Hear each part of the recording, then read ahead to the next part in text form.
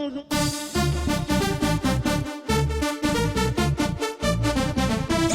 Racing.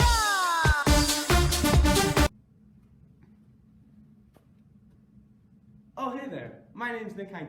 This is trig identities. So here we have 6 of them. We have sine, cosine, tangent, cotangent, secant, and cosecant. Now these are going to be very important, as you will need them later. We also have the equation for our hypotenuse. Now if we move over here, we can see where all of our x, y, and then our hypotenuse values are going to be.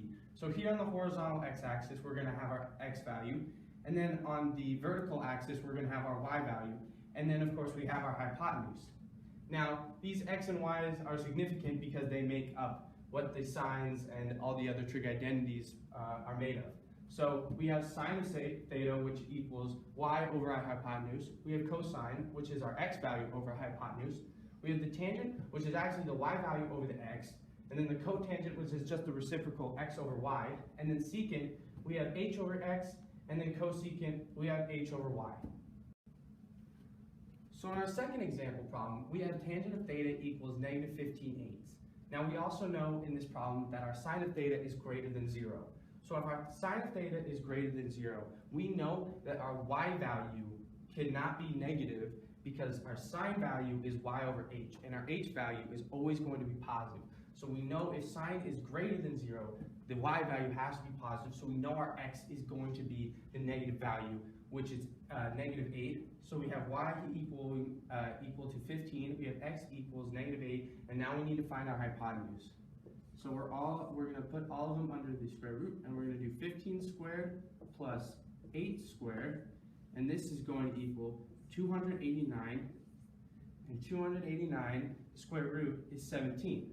So now we know that our h value is going to be 17.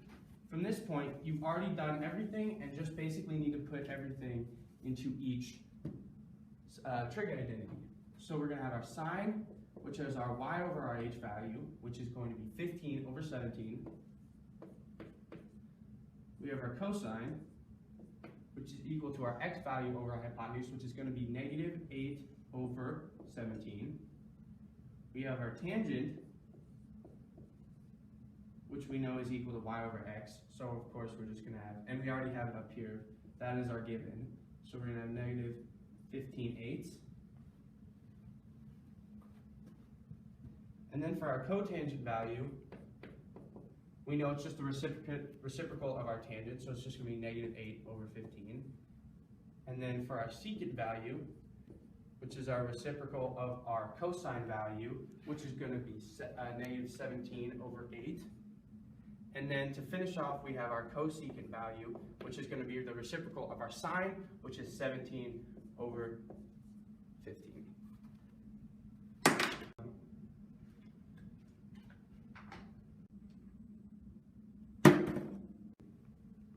Hi, I'm Amanda, and this is our first example problem.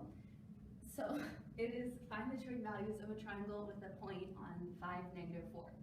So we're going to draw our triangle. And the 5 is on the x-axis, so the length of this is 5, and the negative 4 is on the y-axis, so the length of this is going to be 4. Then to find the sine of this, we're going to use y over h.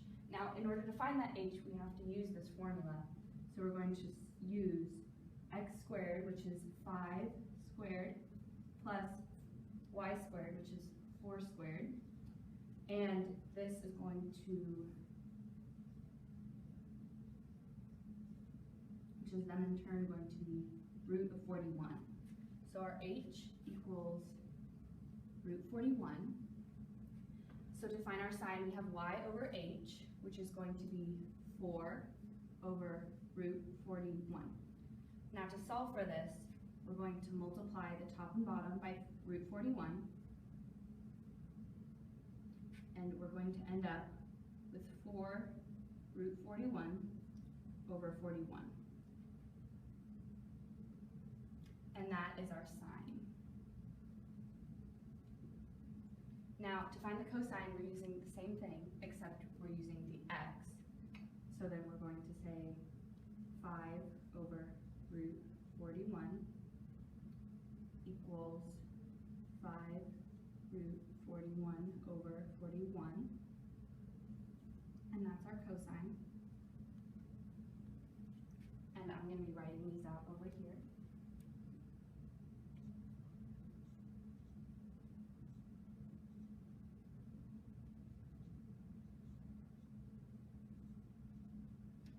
Now to find the tangent, we need y over x, which is going to be 4 over 5.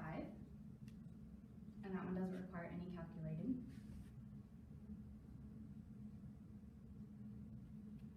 Our cotangent is the same way, except it's x over y, so it's going to be 5 over 4.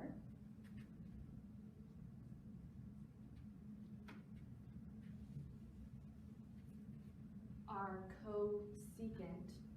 secant is going to be hypotenuse over x, so that's root 41 over 5, and that doesn't require any solving either. And then our secant is going to be the same thing except over the y, so it's going to be root 41 over 4.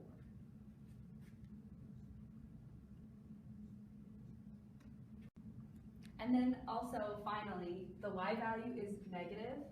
So everything that where we used y in our equation, I'm going to make it negative.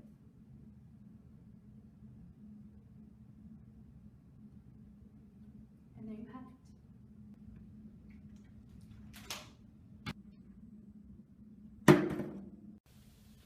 All right, so now we're going to move on to our third example, which is going to be finding a trig value for a quadrant angle. Now our quadrant angles are 2 pi, pi over 2, pi, and 3 pi over 2. They're quadrant angles, of course, because it divides the unit circle up into quarters. Now, we know that our secant is equal to our h value over our x. Now looking here, we see that our y value is going to be -1. We see that our x value, well, really we don't have one, or as should I say, it's going to be 0. So we know that if our secant of theta is going to be the hypotenuse over the x, we know that it's going to equal the hypotenuse over 0, which, as you should know,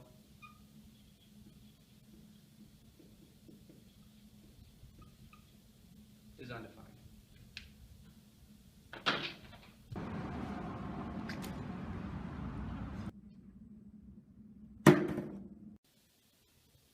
Alright, I'm Justin. In this problem, example 4, it's going to be finding reference angles. So our theta value in this is going to be 309 degrees, represented right here by the theta value. 309 degrees shown there. So our reference angle is the angle created by the theta value in reference to the x-axis, which is going to be 360 degrees. So to do this problem, we just take our x-axis value, degrees, 360, and subtract our angle created with theta, which is 309 degrees. So, by using subtraction, our reference angle would be 51 degrees.